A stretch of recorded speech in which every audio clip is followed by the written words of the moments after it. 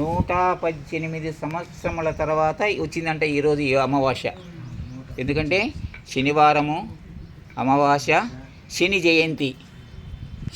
శనీశ్వరుని కూడా జయంతి చేస్తారు. కానీ మనం శనీశ్వరునికి జయంతి చెయ్యం. ఎందుకు? భయం. ఆయన వచ్చి మన చుట్టూ ఆడబట్టుకుంటాడో, మన ఇంట్లో వచ్చి ఉంటాడేమో అని. కానీ శనీశ్వరుని పూజిస్తే శుభాలు కలుగుతాయని మనకు శాస్త్రంలో చెప్తుంది. అందుకని శనీశ్వరుని కూడా మనం జయంతి చేయాలి. శనీశ్వరుని కూడా మనం ప్రార్థించుకోవాలి. మనకు ఉన్నటువంటి కష్టాలను తొలగించుకోవాలని మనకు శాస్త్రము, యూట్యూబ్లలో అందరూ చెప్తున్నారు. కాబట్టి మునీశ్వరులందరూ కూడా. కాబట్టి శనీశ్వరుని కూడా మనం ప్రార్థన చేసుకోవాలి.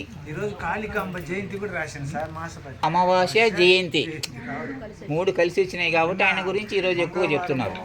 అందుకని మీకు వీలున్నప్పుడు సాయంత్రం పోయి ఏం చేస్తారు, రాగి చెట్టు దగ్గర ఒక చెంబు నీళ్లు పోసి ప్రమిద పెట్టి, ఆ ప్రమిద కింద ఏదైనా ఆకు పెట్టి నువ్వుల నూనె లేదా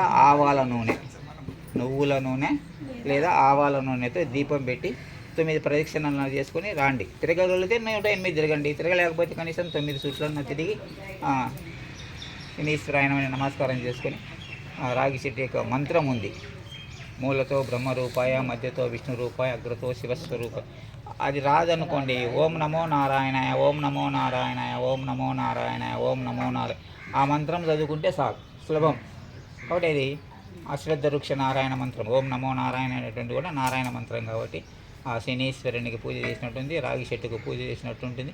మనకున్నటువంటి కష్టాలను అక్కడ చెప్పుకోవాలి. మాకు ఈ పరిస్థితి ఉంది, ఈ పరిస్థితి చక్కబడాలి, మేము బాగుపడాలి, మాకు ఆరోగ్యం బాగుండాలి, మాకు ఆనందంగా ఉండాలి, మాకు ఐశ్వర్యంగా ఉండాలి, మా పిల్లలకు చదువుకోవాలి. ఏదో మీకున్న ఒక సమస్య అనేది, అన్ని సమస్యలు చెప్పకూడదు. ఇప్పుడు అందట్లేకపోతే ఏం చేస్తాము, అన్నీ ఉంటాయి, అన్నీ కావాలనుకుంటామా, సబ్బి అంటాం, లేదా ఒక చక్కెర అంటాం, అంతే. ఇంకా ఆడ బెల్లం ఉంటుంది, కొబ్బరి ఉంటుంది, ధనియాలు ఉంటాయి, అన్నీ తెమ్మండి. మనం అన్నీ కొనుక్కోవాలి, కొనుక్కుంటాం. కానీ ఇప్పుడు మనం భగవంతుని ప్రార్థించాలి. ఏదో ఒక సమస్య మనకు తగ్గిపోతే మనకు శరీరంలో బరువు తగ్గినట్లుగా ఉంటుంది. సో బట్ మనం శనీశ్వరునికి కూడా పూజ చేయడం నేర్చుకోవాలి.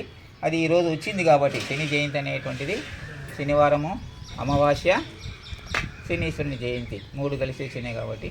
మళ్ళీ ఆయన ఇప్పుడు ఏదో కాళికాంబ జయంతి అని కూడా అంటున్నాడు. అది మనం చూడలేదు. కానీ శనీశ్వరుని గురించి ఎక్కువగా యూట్యూబ్లలో, టీవీలలో చూపిస్తున్నారు.